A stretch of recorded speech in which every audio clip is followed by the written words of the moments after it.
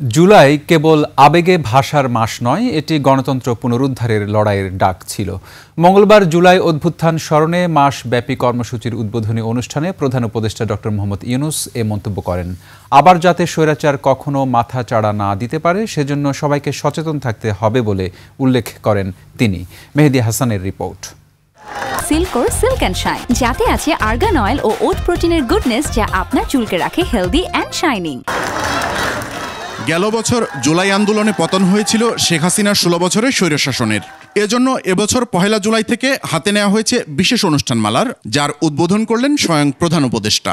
জুলাই গণঅভ্যুত্থান পুনরুত্থান কর্মসূচির উদ্বোধন ঘোষণা করছি। প্রধান উপদেষ্টার কার্যালয়ে আয়োজিত এ অনুষ্ঠানে জাতীয় বিশ্ববিদ্যালয়ের 3 শিক্ষার্থীর হাতে বৃত্তির চেক তুলে দেন প্রধান উপদেষ্টা। সে সময় জুলাই আন্দোলনের লক্ষ্য ও উদ্দেশ্য নিয়ে কথা বলেন তিনি। সেটা শুধু ভাবাবেগের বিষয় নয়, ক্ষোভ প্রকাশের বিষয় নয়। আমরা 16 বছর পরে বিরাট বিদ্রোহ ঘোষণা করেছিলাম যে অভ্যুত্থানের মাধ্যমে। তিনি বলেন, আন্দোলনের প্রাথমিক লক্ষ্য অর্জিত হয়েছে। এখন নিশ্চিত করতে হবে যাতে আর কখনো এদেশে স্বৈরাচার ফিরে না আসে।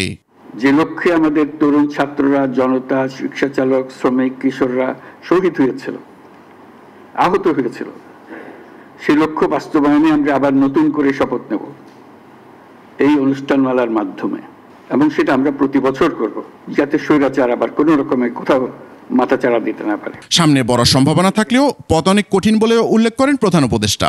আমাদের ঐক্য আবারও সর্বমুখী হোক। মেহেদী হাসান, 21 টেলিভিশন, ঢাকা। সকল দেশবাসী।